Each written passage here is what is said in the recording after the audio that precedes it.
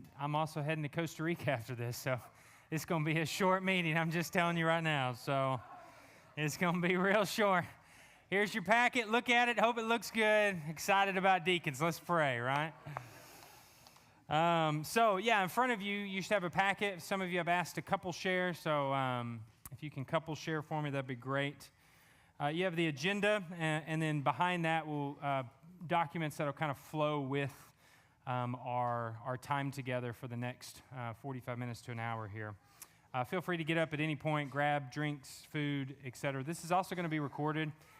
So if there's something you want to go back and listen to, or there's somebody that couldn't be here and wanted to be here, and you know they wanted to be, but because they thought they couldn't step into deacons, please let them know. We'll be having a link to today as well, all right?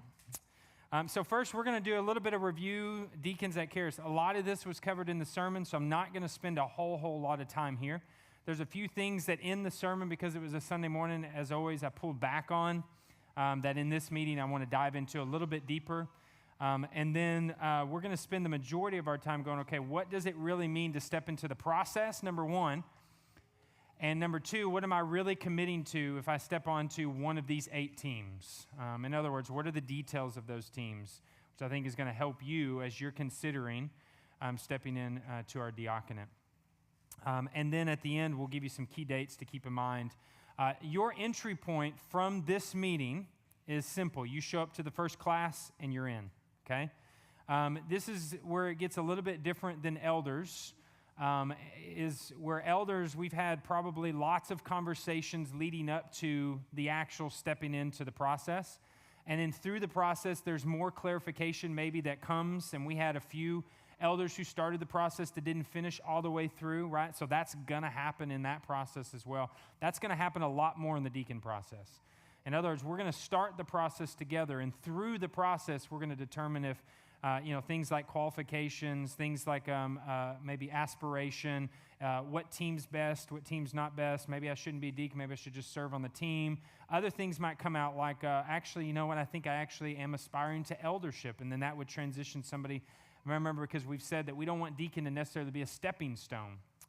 There might be somebody sitting in here who needs to be pursuing eldership, and that will come out in the process, et cetera. So a lot of that's going to happen in this 3-month process, which is going to be a bit more unique because you're going to have a lot more deacons coming in at a faster pace than you would elders. Does that make sense? So we'll look at some key dates, but your first point of entry is that first class. So if you leave here, it gives you about a week and a half-ish to pray and think. If you show up not next Wednesday, but the Wednesday after, then you are stepping into the deacon process, all right? So let's go ahead and jump in, review deacons at Charis. That's that first document. And we're just going to kind of walk through there page by page. Like I said, some things I'm going to spend more time on. Some things I'm going to just reference the sermon, and you can go back and kind of listen in detail. But first, important, what are deacons, or who are deacons here at Charis? They are men and women. That's important. Who are members of the church. That's important, right? So we've had conversations with a few who are stepping into this meeting or wanting to step into the process that are finishing up membership as well. That's fine as long as we're moving towards membership, because it's an office within our church. It's not just a serving role, all right? And that's why we want to see members. They've been appointed by the elders, right? So the elders are going to be heavily involved in this process, and they're appointed to assist in carrying out the ministry of Charis. If you want to know more about the word deacon, the breakdown of that, where we get that summary sentence, really, I would go listen to the sermon again for review there. Deacon qualifications come for us out of 1 Timothy chapter 3, verses 8 through 13 for men, and verses 8 through 11 we see similarly, as we talked about in the sermon, the same for women as for men when it comes to dignified, slanderous, sober-minded, faithful in all things. By the way, when we look at qualifications, it's important to note that we, through the process, will be digging into these things together. We're going to reference this book again, but the book that we're going to be using for our deacon process is called Gospel Training for Deacons. All of you will get one of these. This will be the book that we're primarily walking through together. And what I love about this is, first of all, the timing of it coming out was huge. Robert Thune has one for elders which we actually just give to elders for them to do on their own during the process, like a supplemental text. This is going to be our main text. It's that good. And rather than recreating the wheel, we're just going to use this resource. And so through this, what's great is not only does it give us great content, but it gives you, as the one who's walking through the deacon process, lots of opportunity for reflection and examination, which will do the primary amount of the work, and then we as elders will just come alongside and kind of be picking and prodding things to get you through the process. What are the responsibilities of deacons? In other words, what do deacons do? Well, deacons assist the elders in carrying out the ministry of Charis, and they do this in 3 ways. Once again, you can go to the sermon, and the sermon breaks down these 3 in detail. Meeting the tangible needs of the church, protecting and promoting church unity, and by facilitating the ministry of the church. 1 and 3 typically are the ones we think about when we think about deacons. But because they are appointed to an office by the elders, there's this component in which the deacons are probably the ones on the ground most often who are protecting and promoting the unity of the church. And maybe not all of us, but many of us have been in churches where deacons have also caused a lot of division within a church. And so deacons have the ability to do both. Deacons are typically the one rubbing elbows and serving roles more often with people in the church than elders, right? Elders are rubbing shoulders on a shepherding level. So unity is a huge part of what deacons do, which is another reason why we want them to be members. Do you believe in our vision? Are you on board with our mission? Do you agree with our doctrinal statement? Are you in it? Are you with us? Right, before we just appoint you to an office. The 2 distinctions is the area that I do want to make sure that we're on the same page with. And the one distinction is the plurality of leadership. Some formats of a diaconate are that deacons will have an area of ministry in which they kind of just take, they're called teams or they're called committees. And they just kind of run that part of the church, and there's no real accountability, and they kind of say, here's what we're doing with finances, or here's what we're doing with building, and that is not the model here. The model is the same as our elders. It's plurality. We don't have a lead pastor who operates that way. We don't have elders who operate that way. Therefore, we're not going to have deacons that operate that way. There's a plurality that we're looking at here. It's a collective body of deacons. And in order to protect that, we want to see elders and deacons coming together throughout the year. And so twice a year for 3 hours, our elder meeting will be replaced with an all-leadership meeting. On Wednesday nights, we meet from 7 to 10, so 2 Wednesday nights a year from 7 to 10, that all leadership will come together, all right? And we will meet as elders and deacons, and we will pray, we'll look at progress, and we'll plan together for the next 6 months. There will be a meal, which will be fun. We'll fellowship together. And then there will be childcare there provided as well. So plurality is a huge distinctive. The second distinctive is it is a lifetime office. Now, once again, that does not mean that you are shackled for life and can't get out. All right? It just means that when you step in, it's a great understanding that I'm stepping into something, I'm giving my life to this, unless the Lord says otherwise. Unless it's not the right season, or unless something that I couldn't predict happens, health, I move, etc., right? Unless something else comes about that makes it necessary for me to step out, and that would be done with the elders as we kind of walk with you through those pieces. So in order to do that, then we need a good sabbatical process, because you're going to need a break, or we're going to get stuck in a rut. And this is why it's good for elders to take a break and come back with fresh legs and fresh vision. It's why it's good for your pastoral staff to do that works here at the church, and that's why it's good for deacons to do that. So every 2 to 3 years, and the kind of lead deacon of that team alongside the pastor or elder that's walking with that team will help determine who goes when. For every 2 to 3 years, you'll have a year off, all right? And the main reason for the 2 to 3 right now is because we're starting. So if in 2 years we all go on sabbatical, then we just don't have a diaconate for a year, right? So yeah, that is our sabbatical rhythm. And the other regular practice here, because it's a lifetime office, is the same as elders, the same as myself as your lead pastor. We review one another. I just finished my year review with Ryan and Bo right before the new elders stepped on. The lay elders have their review every January and February. We all sit around the table together and we will review one another. The same thing will happen with deacons. We'll have a yearly review every June and July. And the deacon team will gather together as well as the pastoral oversight of that particular team, and they will sit around the table and they will, the pastor as well as the other deacons will assist in reviewing each deacon. All right? So those are our two distinctives. One of the other distinctives I didn't talk about in the sermon that's not in here because I wouldn't necessarily call it a distinctive, more of a clarification, is why do we not have deacon teams for things like kids or youth or other areas of our church? And the reason for that that's important, once again, clarification, is because we have staff positions that are over those areas of ministry. And now, in some respect, those staff positions, when they step on to staff, so think about Abigail, when she stepped on to staff, we would say that she walked through an interview process that qualified her for the office of deacon. We just don't call her a deacon. We call her kids and youth director, right? And so because she is already representing in that role of serving the elders and carrying out that ministry, we don't have a whole nother separate area of our diaconate for that. That's not to say maybe we don't move towards that long term, but right now we didn't find that necessary. That wasn't an immediate need. Make sense?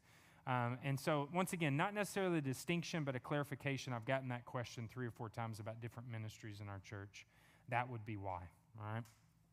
So then next would be our diaconate, breaking it down. What are the 8 teams within our diaconate right now? Once again, remember, this could dwindle or this could grow. Maybe at some point we find that our building team gets to a place where we need to hire somebody to oversee our building and grounds, right? Well, all of a sudden we might pull back from our building team needing deacons and we might put that emphasis towards something else, right? That's just one example I can think of. Or we come to a conclusion we need another team. We originally had 7. And then because missions and some emphasis on missions is growing and ambassadors, and the Lord put some people in our path over in this area of the room who love missions, right? We went, man, what if we had a missions team? And so we added that 8th team, right? So things like that could determine us adding teams as well. So the first team, and this document's going to break down a lot more than what I did in the sermon, each of these teams. So the first team is our care team. The purpose of this team is to ensure that the sick, the grieving, the aged, and the dying receive spiritual and physical comfort. We believe because of the nature, particularly the shepherding nature of this team, that this team is going to be full of only deacons, okay? Now, we understand that might take some time to get to. So if we have some individuals who would love to be on the care team and they need to start progressing towards becoming deacons, that's great, but we want everyone on the care team to be moving through the deacon training. We think that's really, really important. The regular practices that will be a part of this team, and these are the things you didn't get in the sermon, would be things like hospital and home visits, texting and calling regularly with those who are unable to attend church, coordinating with other deacon teams or ministries to meet tangible and or financial needs. God could give example after example after example of this in the first year of me being here, of how this is already naturally happening, but to have a team that's coordinating this. Right now we have like 3 or 4 group chats going on, and this person's trying to help here, and this person's trying to, but now to have a singular team that is overseeing and helping navigate some of that for the body, so the body can participate and be involved like we want to be, but sometimes don't know how to be. The deacon team is going to really help. The deacon team of care is really going to help in this.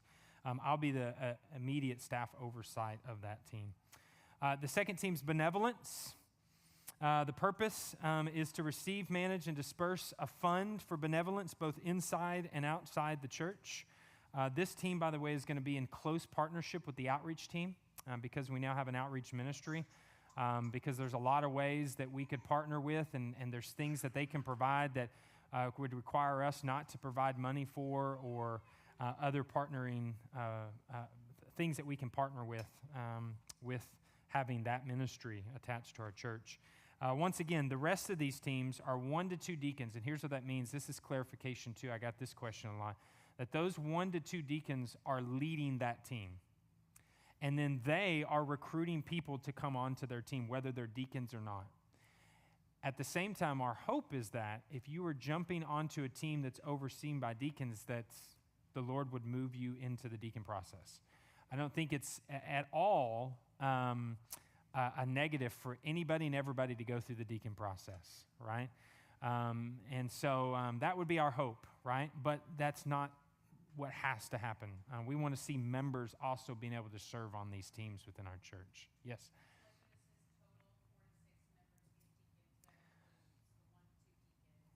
And then other members. Yep. So we would love to see that team be 4 to 6, and we'd love to at least see out of that 4 to 6, 1 to 2 deacons who oversee that.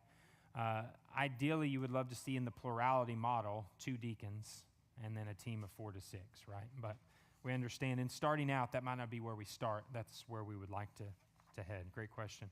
The regular practices there would be meetings with those inside and outside the church and evaluating specific financial needs. So when we get a call at the church that says, my name is so-and-so, and I'm having trouble paying my electric bill, that now gets passed off to somebody on the benevolence team, because we want to approach that from a ministry standpoint and not just a giving standpoint. And so they would sit down and talk with them and hear their story and get to know them and start ministering to that individual. And if they see it fit through our benevolence process, which our benevolence team will implement that process, we've got some bones that we want the benevolence team to help finalize into structure. Once that process is enacted and they deem it that they need money for their electric bill, then we would pay that. But that's not our primary focus, right, in benevolence. Same thing for somebody within the church. Coordinating with number 2, coordinating with the outreach center at Charis, Oasis Community Outreach, as needs arise. Maybe it's a food need, maybe it's a clothes need, maybe it's a dental need, maybe it's an addiction need. And the outreach center already has partnerships, and we can just go straight through the outreach team and get them the help they need. And then in following our benevolence process and procedures, which, once again, bones need to be solidified, distributing funds.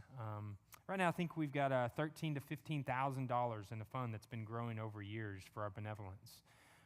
And so right now what that looks like is elders oversee that, and as a need comes up, we talk as elders. We would want that to be overseen by deacons in partnership with the elders, right? And every year we put money into that benevolence fund as a church. Number 3, an outreach team. This is the one that partners with the benevolence team, but to oversee and support the mission of the outreach center at Charis. In other words, this is like an advisory team for Craig and Lisa. That's how you would look at this.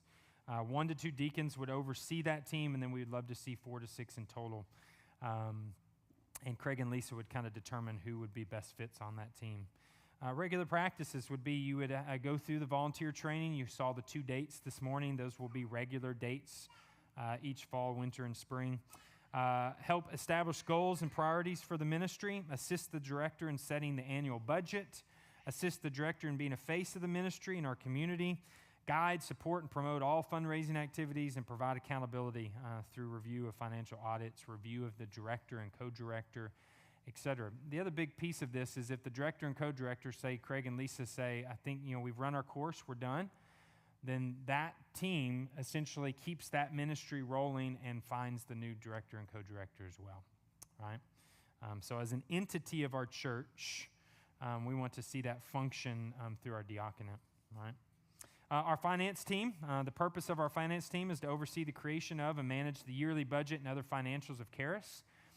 And once again, 1 to 2 deacons, 4 to 6 total. You'd participate in creating the yearly budget, organizing receipts and reimbursement requests alongside, we have somebody on staff as a financial assistant, Sydney, and she works 5 to 10 hours a week. She does 2 jobs right now, but eventually we would love to see those split. So somebody on staff can kind of be organizing things on a staff level, and then we have our diaconate that's organizing things kind of on a leadership level. And then guide staff with their budget, follow up with budget update requests, presenting financials in detail at members' meetings. We would love to see learning labs on biblically managing money. We'd love to maintain and create historic budget reports to help with future planning as we think 4 years, 6 years, 8 years, 10 years, having plans in place as a church in regards to renovations, new buildings, paying off existing buildings, etc. that team's going to put together a lot of those things for us. And so this is a really important team. Right now, just so you know, Bo Gentry, one of our elders, as we are moving elders to focus more on preaching and shepherding and praying, we've been moving major areas of ministry off of our elders. Bo is the last elder that holds a significant area of ministry, and that is he oversees our finances here at the church. And he does that in unison with somebody who's an outside consultant who does all of our payroll and taxes, et cetera. And she is overwhelmed, got too much on her plate. And so now is the season where we need to be thinking more intentionally about our finances through a finance team. So this is a really important need, and it's been good to talk to some of you who have a real passion for this. Hopeful that we can put this team in place and take some of that off of, particularly as Bo gets ready to go on sabbatical, even better. Our buildings and grounds team, this is attending the normal care, maintenance, and future renovations of the church properties. 1 to 2 deacons, 4 to 6 members and deacons. You would maintenance of monthly, yearly needs. When you think about the things that need to be done regularly in a building, now 2 buildings, those things can get missed if somebody's not overseeing them. It costs us more money in the long run. So how do we get on top of those things? Coordinating with outside companies when we have specific building or grounds needs that might arise. Great example of this was Troy about 2 weeks ago was coordinating with those who were on our roof fixing our AC. Right? Yeah, thank you, Troy. You got the clap. You got the soft golf clap right there. That's right. That takes time. Troy, how many times were you up here? 4 or 5 times. A little bit, right? Takes time, right? So now what if we had a team who could share in that burden together? Coordinating work projects, work days, or work weeks. Right now we have a lot of work going on in the other building. Right now that's overseen by 2 people who aren't technically even deacons at this point, right? And then there's, a lot of conversations that are happening with me, the elders, that we would love to see go on to a team within our diaconate. Cleaning, planting, weeding, and maintaining all the grounds, and having teams underneath them to do some of that. And then overseeing all contract and paid labor projects when we get ready to do different renovations, et cetera. We're about to cut into this concrete over here so we can put steps in between the building. That's a contractor doing that for us underneath Troy's leadership. Once again, things like that, making sure they get done right the first time, right? Really, really important. And then our missions team. Our purpose of our missions team is to love and care for those who have been sent, as well as coordinating and communicating opportunities for ongoing corporate involvement and partnership with all missionaries and church planters. The team size here is 1 to 2 deacons, 4 to 6. And the regular practice here is identifying, training, and overseeing our ambassadors. Right now we have ambassadors set up for all of our missionaries and church planters except for 1 at this point. And now we need to organize those ambassadors to kind of come together and have a plan on what does that care look like. Coordinating and communicating, by the way, ambassadors are assigned to a missionary to help love on them. And if we as a church don't go over to see them, the ambassador would be sent at least to go and be on the ground and love and support them at least once every 2 years. All right, and so that's the big part. But then it's also, remembering anniversaries and birthdays for family members. Checking in through text, how things going. So like for instance, the Cooksons are the Beatty's ambassadors. And Stephanie was the one who set up kind of the giving towards meals, diapers, et cetera, which now we as a church are participating in, right? That's the role of an ambassador, loving and serving well our missionaries and church planters. Coordinating and communicating ongoing opportunities for corporate partnership through vision and mission trips, praying for our missionaries and church planters, overseeing and leading our yearly mission summit, which is going to be every first weekend in November. We have our first one coming up. At this point, Janelle and Wes Learned are actually helping us put that on this year, doing a lot of groundwork alongside of Sydney to put that on. And so we'll do one of those every year. Essentially, you'll get a chance all weekend. We'll have different points set up for people to hear from missionaries and church planters, either through Zoom or here in person. And so that'll be every year. Our sacraments team, to attend to the preparation of the sacraments, baptism, and communion for all weekly gatherings and special services at Charis. Right now, that's heavily overseen by one of our pastors, elders. That's Kevin. We would love to see that overseen by our diaconate. And you can see the team sizes there. Regular practices would be overseeing preparations for serving communion on Sunday mornings, maintaining inventory for communion supplies, cleaning communion supplies, rotation for serving communion. We'd coordinate with our Charis in Bloom members, which is an informal group, supplying flowers, fresh flowers for events, funerals, Sunday morning, etc. Overseeing preparations for conducting a baptism. That just doesn't happen right on stage. And Kevin would love it because this morning the hose went crazy and came out, and he'd be excited to hand over baptism to somebody. He came in and said, I took the tarp off and the hose went crazy and there's water everywhere. So anyways, he'd be like, man, can I hand that over? Oversee, clean up a baptismal. Once again, it's gone. How did that happen? And then be on rotation for serving as a baptismal assistant. You saw two of them this morning. TJ served this morning. Adam served this morning, was present to pray with, made sure they had towels, made sure everything went smooth, and even got to participate in the baptism this morning, right? So these are really important pieces. The staff oversight would be Kevin of those teams. And then our Connect teams.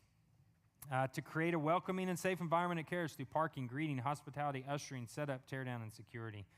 You can see the breakdowns and then a big old list of each there that you can read through for parking, welcome, hospitality, operations, security. Our hope would be to have one or two deacons over each of those, and then we fill it up with members. As we grow, these are going to be really, really important teams. We talked about the importance of every component we do in corporate worship. Well, one of those components we didn't talk in detail about this morning is how do all the details happen so that we can be intentional with all those things on Sunday morning. Those things just don't happen as well, so how do we do those well? The regular practice, so you would have that twice a year. So if you go, okay, what's my commitment, right? Well, there's three levels. The first level is a plurality of leadership. You're stepping into an office. You are part of the all leadership team here at Charis. That includes elders. That includes deacons. Twice a year, you're meeting for 3 hours. Number two, you would meet with your team once a month. And this would be for an hour and a half. This could be in person, or this could be through Zoom or another avenue. Perfectly okay with that. But you are team specific. You are looking at personal shepherding and prayer for one another. You are updating each other on team and team members. Then you are evaluating where we're at, planning that needs to happen, and then you're selflessly sharing that workload, which then comes into level number 3, or commitment number 3, which is whatever then your role is on that team. So for instance, if it's the parking team, then the parking team determines what time you need to be here on Sunday, what Sundays you serve, and what that serving looks like, right? So those are kind of the 3 things you're essentially committing to as you step into the office of elder on a time level, right? And then, of course, you saw earlier the kind of the 3 big things biblically that you're committing to within the office, right? So any questions so far? Because that is pretty much a good review of the sermon and a little bit more detail than you got in the sermon. Yeah, TJ.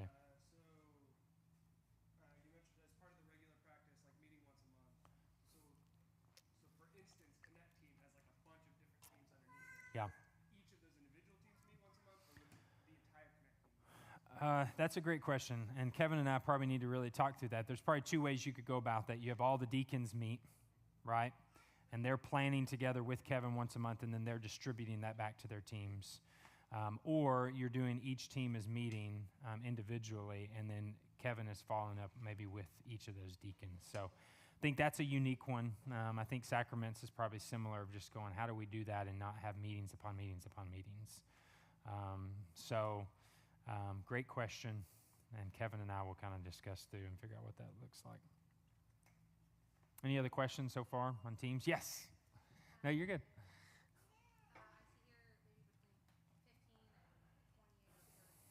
Mm-hmm.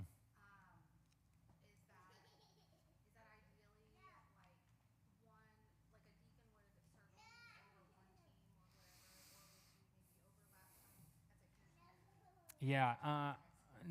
I mean, I think ideally to do it well, I'd want to keep you in one team if you're going to be a deacon, right? Because I think you would the possibility of being burned out with multiple meetings a month and multiple oversights. A lot of flexibility early on, right as we develop diaconate for sure.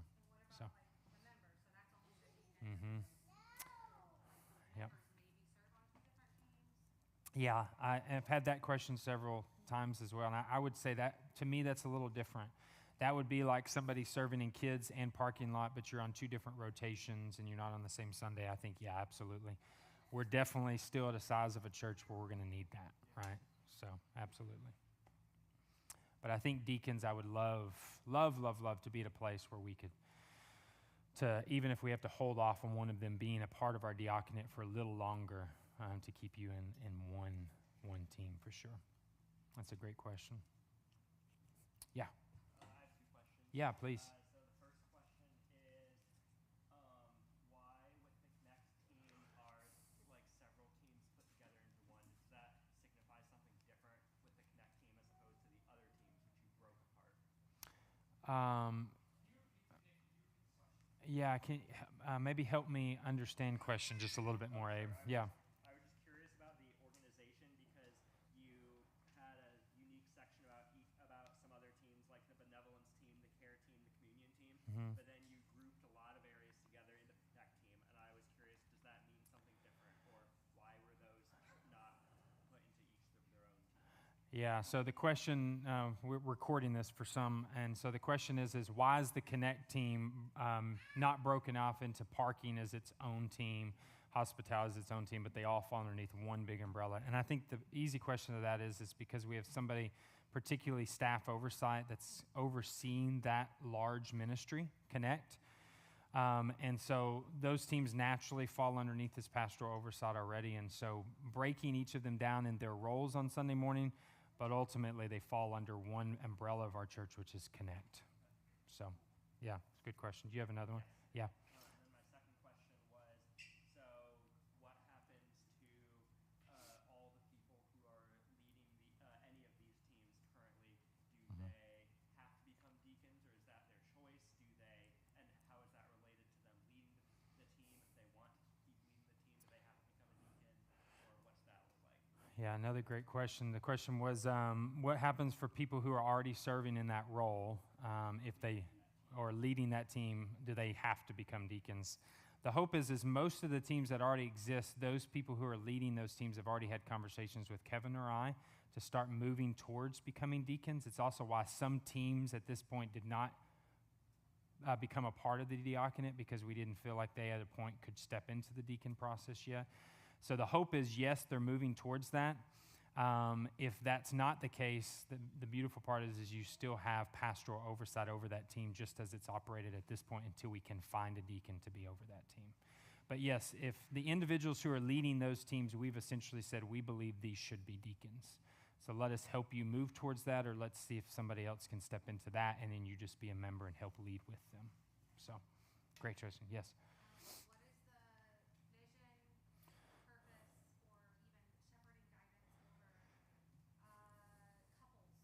Yeah.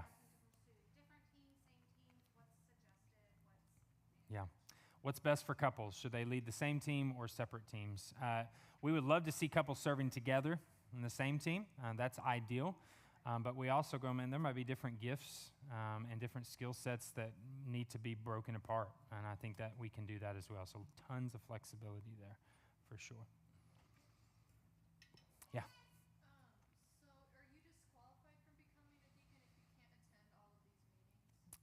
Are you disqualified from becoming a deacon if you can't attend all these meetings?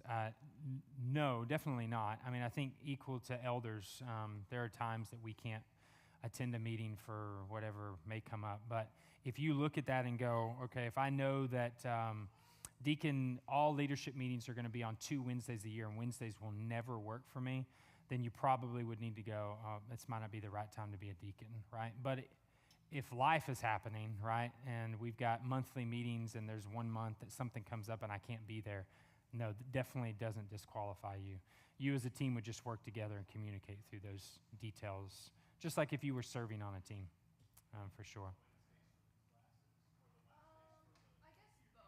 guess both. Both, yeah. I know right now I couldn't make the last 3 Wednesdays for the classes because of Charis pre-teen, so I guess it was kind of both. What does that look like? Yeah. And that could be a conversation we have with Abigail, like particularly for this short period of time. How do we help you maybe only miss one of those instead of three of those? But then also, when it comes to the classes, we want to be, I've said this multiple times to several of you in here, but we want this to be extremely accessible, okay? And so one of the things that we've talked about as elders is providing another opportunity in the spring and maybe another opportunity in the summer. If there's somebody that's just the right fit and we're still 2 months away, that I would do an individual 6 weeks with them. Like, we want it to be very accessible. So if there is, say, you missed one of the weeks, that we would make that week up. And the hope, though, is that you can be a part of those 6 as much as possible, so that then we don't have to put other things on your plate past that as well. So that's a great question. There's somebody over here. Yeah, Don.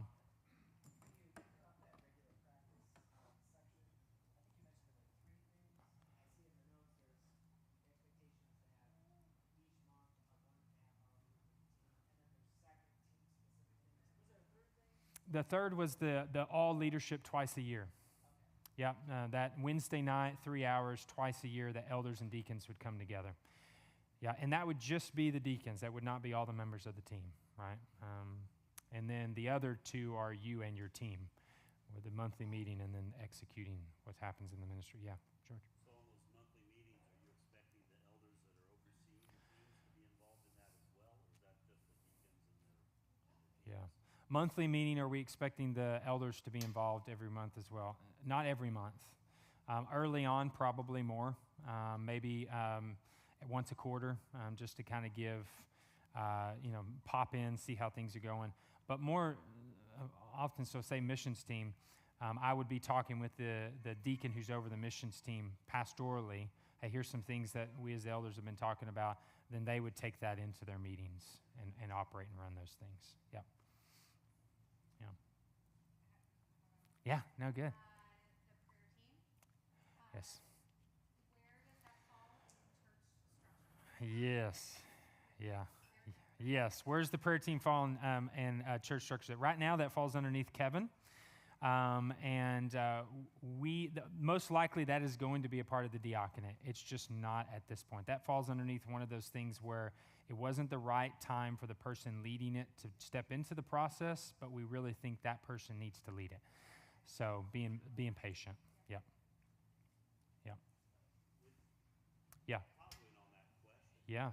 obviously every one of these ministry areas need prayer, Yes. right? Yes. So one of the things I would think that we would identify is how do we get those prayer needs back into the prayer team Mm-hmm. to be shared with the congregation Yep. and the prayer team, especially as different things come up in the various ministries. Yeah, that's a good point. Yeah, he was just saying, how do we make sure and get prayer needs from each of your deacon teams into the prayer team to get them in front of the congregation? So yeah, conversations that April and I have been having of not just needs like this, but also individual needs from within the body as well. Yeah.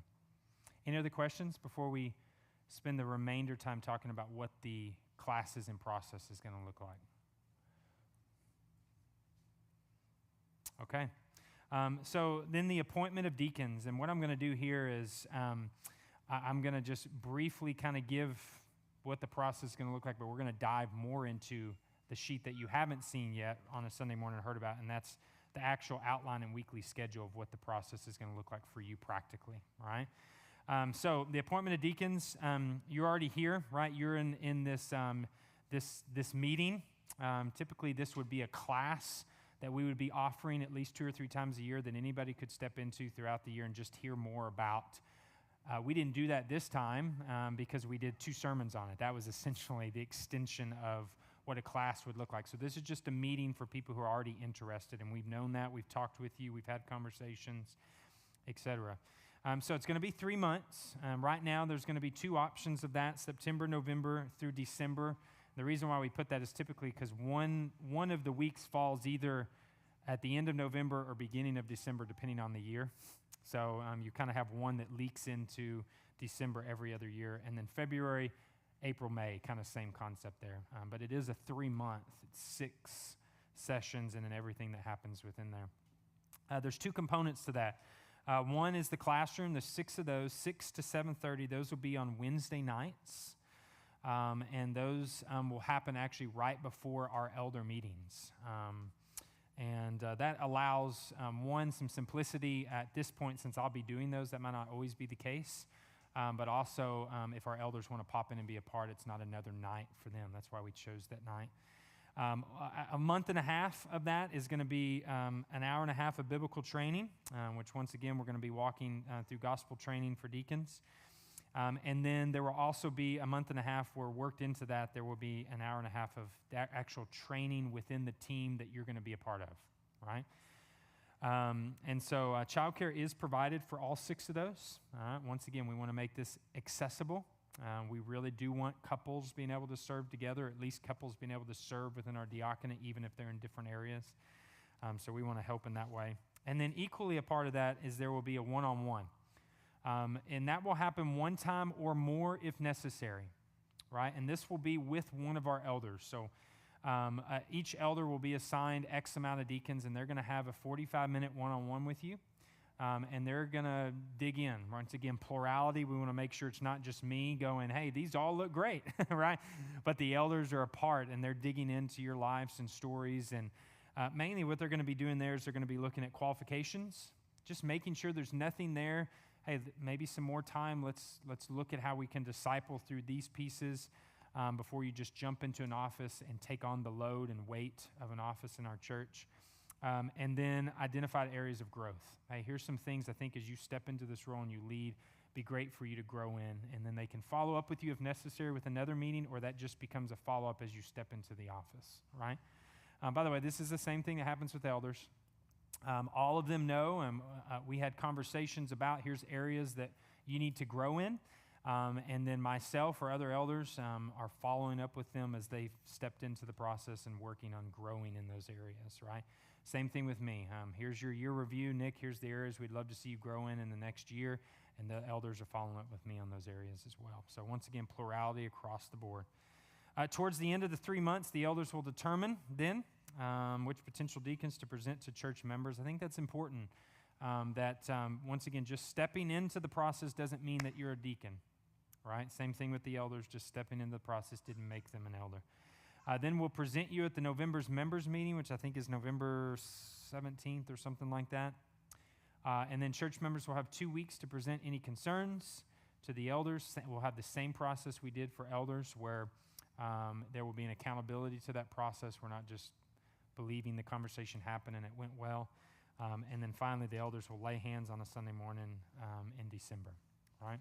So then what does this look like? If you'll flip to the outline and weekly schedule, kind of break that down just a little bit for you. This breaks down how we'll break down this book, essentially. Right? So Wednesday, September 25th, which I should have a good tan when I come back, because that'll be the day I come back. So, yeah, just realize that. That's great. Session 1, so gospel training for deacons. Do some airplane reading then. You'll have a class discussion, right? And then you will have homework that you will then do from that class to the next class, okay? And that homework that you do, except for the first one, will be also some things that will be a part of our discussion the following classroom, all right? And so the hope is that you've even done the lesson before, but for sure, any of the homework. You also see that there's some lessons we're not going to talk about in our class, but we've built into your homework so you can make it through the entire book. These are like 2 or 3 page chapters, and then there's questions that you're engaging with. So nothing in depth here, but once again, a lot of self-reflection, which is really what we want. All right. Most likely at this point, we've identified you're a leader in some capacity and you have skills and gifts that would be great on our diaconate. Now what we got to do is, man, let's dig into heart, let's dig into character, let's dig into motivation, let's dig into setting you up to be able to lead well in that role, right? And this book, I'm telling you, it's wonderful. Couldn't do any better. And so you'll see all the pieces there. You'll see the classroom schedule. The first 4 sessions, that hour and a half, 40 minutes of fellowship, worship, and prayer. And then there will be 60 minutes of teaching and discussion. And then the sessions 5 and 6 will look a little bit different, as we'll have 40 minutes of fellowship, worship, and prayer, and then 50 minutes of team training, where you'll actually train within your teams. The supplemental reading that I would suggest for you, this will be one you'll have to get on your own, but Deacons by Matt Smethurst. This is a 9 Marks book, and I would just encourage you to get your hands on this. Once again, a good, small, simple read. A lot of the sermon was based upon this, but it goes more into detail on different things. And then at the end, our gift to you will actually be the Deacon Ministry Handbook, which is what you'll get on the Sunday morning you're appointed. And this is really, really good practical stuff for, say you're on the care team. It actually lays out, hey, when you go into a hospital visit, here's 5 or 6 things to keep in mind. Lots of really, really good practical things in here that we'll give you as a gift at the end. Your one-on-one will be an hour, 45 minutes to an hour. I put an hour on here because it always goes past 45. The hope would be keep it 45, but plan for an hour. Monthly coffee, lunch, maybe a fire pit. Maybe you want it to be an extended time with an elder. That's perfectly fine. And once again, the discussion there. And then you can see the dates for presenting you at members meeting the 19th, not the 15th. The corporate observation period, and then the appointment Sunday. So you definitely want to mark your calendar for the 19th and the 8th of December. It'd be really, really important. And then you got your key dates, which are already all built into that outline and schedule. Any questions on that piece? Yes, please. Okay, say myself, say someone wants to go through this and maybe not even become a deacon, but wants to serve on the team and still have all the same training. Yeah, Is that acceptable? absolutely. Question was, if someone doesn't want to be a deacon but wants the training, can they? Absolutely. Yeah, I honestly, any member who's serving in our church walking through this, it would be beneficial. This would probably be, like if your team was going to do training for your members, have them go through this next time around. I mean, really, really good stuff. Heart motivation, just digging into the ways in which leadership can be fatal for an individual. It's just really, really good stuff. How do you serve and help and not serve and hurt? There's a whole chapter on that. There's just really, really good stuff in here. So, yeah. If you know you're going to already miss 1 or 2 of those dates, Mm-hmm. how do you work around that? Yeah, if you know you're going to miss 1 or 2 in those dates, how do you work around that? The hope at this point is, number one, they'll be recorded. Knowing it won't be the same as being here, because there's going to be lots of table discussion, lots of good things that are happening for the diaconate as a whole plurality. But I would say if you look at that calendar now and you go, there's more than 3 that I can't be at, maybe wait for the next go. If it's 3 or less, let's figure out how to make those up. And we can do one-on-ones. You can listen to the recording, and I would say you're good there. That's going to happen. But that's maybe a good rule of thumb. If you look on there and say there's already 3 that I know I can't be at, and there's no way around that, might be good to just hold off and let's wait till the next process.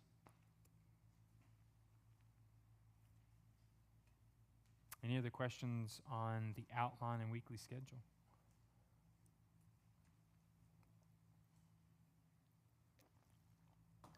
Okay, we got about, go ahead. Go, no, you're good. Is there an age range for this? Like, I hadn't even thought of that. That's a great question. high schoolers that Mhm. serve Yeah. in capacity, Yeah. like as the member. Yeah, I would say when I think about office qualifications, I would be looking at probably older than high school. And we could discuss that in detail, maybe why, but definitely college students for sure would want to see them be a part of our diaconate. And then, past that, it would be a conversation. Like I've known some seniors in my life that would be great deacons. And so I wouldn't want to say no, but I'd want to have an extended conversation. Yeah.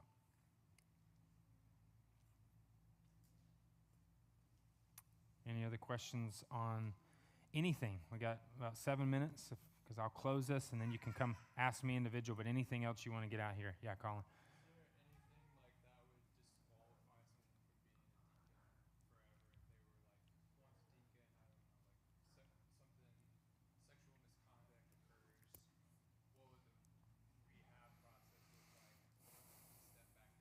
Yeah.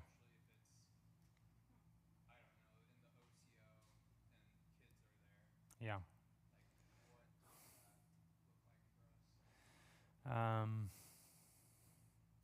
Yeah, give me some time to think on that. At this point, not a whole lot of thoughts gone into that, but yeah, definitely something that needs to be thought through as we think about.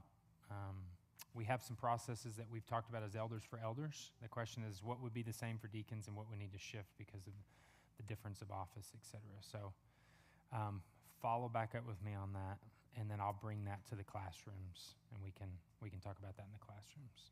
So, great question, though. I didn't ask it again, but the question is something specifically that disqualified that's extreme, like say sexual abuse, et cetera. What's the rehabilitation process for stepping back into the diaconate? So, great question. Yeah, so right now all of that is being reworked in our Constitution, and we're going to be presenting the old and new Constitution either in our November members meeting or our January members meeting. Yeah. Yeah. Just gonna say from like if you're at the spot where you're considering or like sitting on the fence, two main exhortations for you in the next 10 days. One, reach out to any of the elders. We'll be happy to talk to you guys about this. I'll think through it and give you a better taste of what the process looks like, feels like, just so we can. Mm-hmm. Man, it's good. Other piece too is if you're on the fence, lean one or the other. Encouragement, just go to the first class. Yeah. Check it out, dip your toe in the water, and that'll give you a better picture. Right? There's no shame or no like. You were here the first one, but you didn't come back to the second. Like, Yeah, it's good. fair game. It's a process. The process itself is shepherding, sanctifying. Like Nick said, that book is excellent. Mm-hmm. So yeah, I would encourage you if you're on the edge, bias towards going. Yeah, it's great, Brian. Thank you for that. I appreciate that. Yeah, go to the first class. No harm there. Anything else? Any other questions, thoughts, comments?